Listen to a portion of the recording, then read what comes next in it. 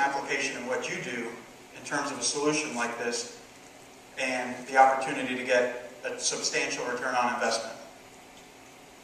So let me just give you a couple report examples from some various vendors. We're keeping this agnostic, but this will just give you kind of an idea. So this is what a location example would be. You can make different shapes, you can do different colors, you can do dots or triangles or squares, but you can see where your assets are at any given time. Here's an example of a breadcrumb trail or a history report, so you can see where your people are. Most of these vendors actually will store their solutions on their server for you. Again, all this can be web-based, but if you're interested in keeping your history reports, you can easily download that and keep them yourself. This is a speeding report. So for this particular individual, it was set at 65 miles an hour. Anytime this individual drove over 65 miles an hour, it tells you where he was, how fast he was going, what direction he was heading. So, Big Brother. But speeding report is easily done. I mentioned earlier stops report. If you want to see where your people are and how long they stop and where, this one was actually set for 5 minutes. Anytime this individual stopped for 5 minutes or longer, it tells me how long he stopped, where he stopped, and when he stopped. Again, an intangible value in this, in that you can go back to the person that you're dealing with and say, hey, my person was there at this time, or you have a record of it now. Timesheet. Instead of having somebody come into the office and clock in, they can do it right from their mobile phone. And then there's even the ability with some solutions to do signature capture. Some of these features may cost a little bit more, like signature capture, but not very much, but you would need specific equipment for that. So I gave you one example from a return on investment, and there are tons of benefits. Obviously, improve asset management, know where everything is at any given time, not only your people, but perhaps your assets or your inventory. I mean, they can even put switches on doors or levers so you can keep track of when things are being opened or closed. You have that capability as well. Increase efficiency. Again, return on investment, I gave you an example. For $1 a day, that one simple thing that they did equated to $20,000 a month for that particular customer. But if you had a dispatcher, it doesn't even have to be a dispatcher, it could be an administrator that just happens to be sitting in front of their computer all day, seeing where people are and being able to redirect them and help their customers out. Operating costs. So if you do nothing more than, for example, if you have vehicles in the field, route optimization. If you can save a gallon of gas a day, you've more than doubled your return on investment. I mean, think what a gallon of gas costs today. About $2.50, a little bit more. You're paying $1 a day for a tracking solution. So the return on investment can be quite simple. And then you get a lot of intangibles with that as well. Also reducing the wear and tear in your vehicles through fleet maintenance. Safety. Knowing where your people are. Knowing how they're driving. And then I think one of the biggest ones is enhancing customer service. So, huge opportunities with tracking. And again, it goes beyond GPS. I gave you some examples where they were using customizable forms and fields. There's other solutions out there that fall into this location-based service aspect that offer project management. So if you're working on projects, you can use this sort of solution too, going through certain stages of a project, putting time, date, location stamps on those, and being able to keep track of that. And again, all these solutions will tie into an open database so you can collect that information and do with it what you need. Before I move on to the next segment, any questions regarding location-based services? Just out of curiosity, did I pique anybody's interest? I've got vehicle waste today. You do? Box in there. I assume you can tie in some diagnostics and everything on the computer, see if that stuff goes so that it's really good cost. Right?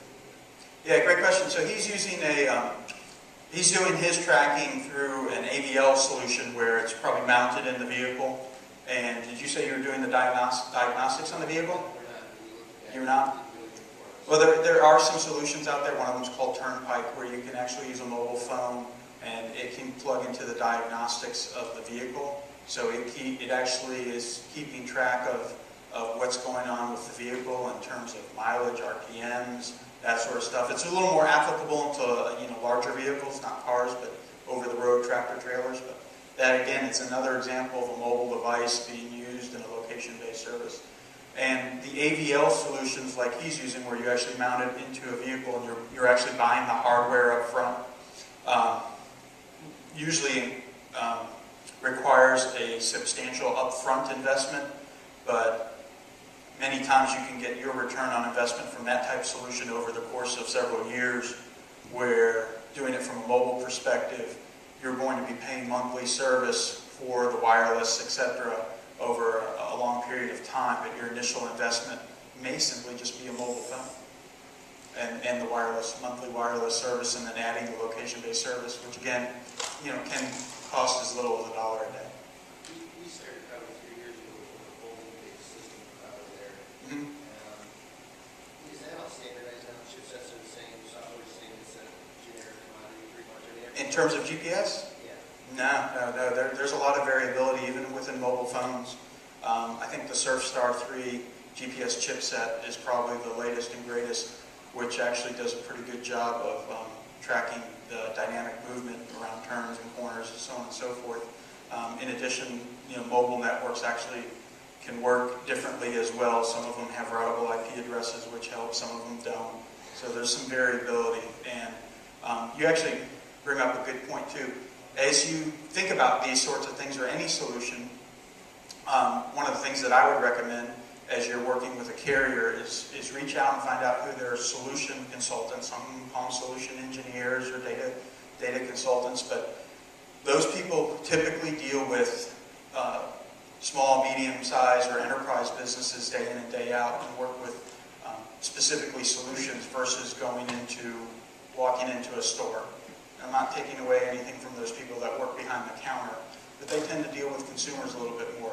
If you're working on a solution beyond voice, it might be advantageous to deal with a direct sales rep, and again, the data solution consultants that support them, because they just have more experience, not only with off-the-shelf solutions like the Comet trackers, the Zoras, the Telenav tracks, which do these types of solutions, but even customizable solutions as well. Do you have a question? No, I was just going to make a comment that the gentleman referenced the telematics on vehicle diagnostics. Ties in with the new people building apps. Because what happens, you have a Bluetooth app application now, it plugs into the vehicle computer. There's an app on the Android operating system which basically tells you engine temperature and when change oil, and it kind of measures all that stuff. It's pretty interesting. Sorry. That's a good point. It's all tied in these days. Yeah. He brings up a great point. That's kind of a good segue into talking a little bit about credit card charging. And I'll be honest, I'm not the most familiar with this solution. It's been many, many years since I've sold one. But there are a lot of benefits. Before we go into this in any detail, just out of curiosity, is there interest from the group in terms of being able to use credit card charging? Okay, so there is. All right, so as you can read here, there's some real benefits to being able to do this mobile versus calling in a credit card. Obviously, making it turnkey is not only good for you as you're dealing with a customer, but it's good for the customer. There's the opportunity to increase sales. Typically, you get more out of somebody using a credit card versus using cash. Opportunity to reduce fraud from chargebacks, merchant fees. You can reduce doing these through some of the mobile solutions. Obviously, real time is a huge advantage. And then probably one of the bigger ones is reducing the administration costs. Other benefits can include improving your cash flow, obviously accountability, productivity, customer service, employee satisfaction. I don't want to go into too much detail on this because it's really as simple as it sounds. In addition, it's a green technology, so you're eliminating paperwork as well. How it works, pretty easy, and air charge is the example that it's used here, and air charge for many of the carriers is usually seems to be the only game in town. With Verizon, just out of curiosity, since you guys are here, is air charge a solution that you guys offer, or is there, you have a different one? Yeah, it's Charge Charge Anywhere. Anywhere? So Charge Anywhere might be another one to look into besides air charge. But pretty much the steps are going to be the same. The transaction is performed using that particular solution. It's sent to their financial processor, and Charge Anywhere and Air Charge probably have their own setup fees, etc. The financial processor replies with a transaction response, and then it's sent to the Air Charge solution, and pretty much you're done. He mentioned Bluetooth earlier as a solution. You know, this is one example of a charging solution, and most of these solutions are going to be available on probably every smartphone just about out there, but they should also be available depending on what kind of standard feature handset that you have, simply through tethering it Bluetooth. There are some solutions out there that will mount directly to a handset. You actually replace the battery cover, so those are available. This, again, is one of those things where you need to talk to your direct sales rep or that solution consultant at the carrier and find out what your options are. One quick question. Sure. Is this carrier capability or an application availability? It's a tie-up between the carriers and the application.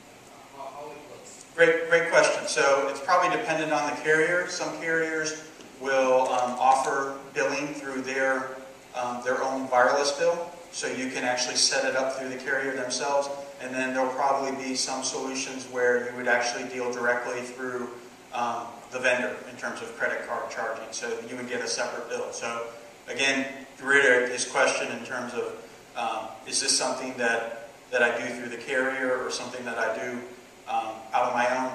Depends. So like many of the location-based services like that we talked about, they are carrier billed, but there are going to be those out there that you may be interested that the carrier doesn't certify, etc. That shouldn't necessarily limit you in terms of what you can do. And some carriers are a little more flexible than others, so you might want to research that as well. That's, going back to operating systems. That's what I think one of the beauties behind Android. You can bring your own solution. So usually it's the credit card processor. You use your charter, you use your existing credit card processing. You take checks. It's really easy as well, electronically. But keeping your existing credit card charges, this is typically a second layer on top of that. You carry a bill, but typically you go to air charge, and they'll set you up with the capability of processing the field. But anytime you do that through them, it's a few cents to do. Yeah, so you're going to get charged for every transaction as well. I think the merchant account also has to have the ability to enable transaction wireless. Who does? The merchant account, I think that whoever is providing the processing, they have to be able to. Yeah, and I believe you have the ability to stay with your current merchant and do this as well, or deal with, and hopefully I'm not going to skip around too much. Lord, I hope this goes back. Okay. But you can deal with your current merchant, or either the Charge Anywhere or the Air Charge may give you the ability to just use their services. So perhaps, as an example, if anybody's here not taking credit cards now, and you don't have a merchant, you may be able to do it through Air Charge or Charge Anywhere.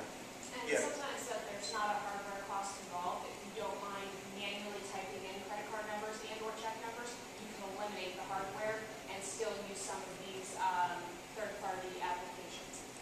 They just tend to reduce errors when you have an actual swipe that can be done either by Bluetooth or a USB connection. It makes it a little bit easier, especially if you have volunteers, for example, taking payments, and it's a little bit more reliability. But if you have your actual employees taking your credit card numbers or check numbers, you feel comfortable with, you can reduce your costs a lot. That's a great point. So if perhaps, talking hypotheticals here, perhaps you're not needing to take a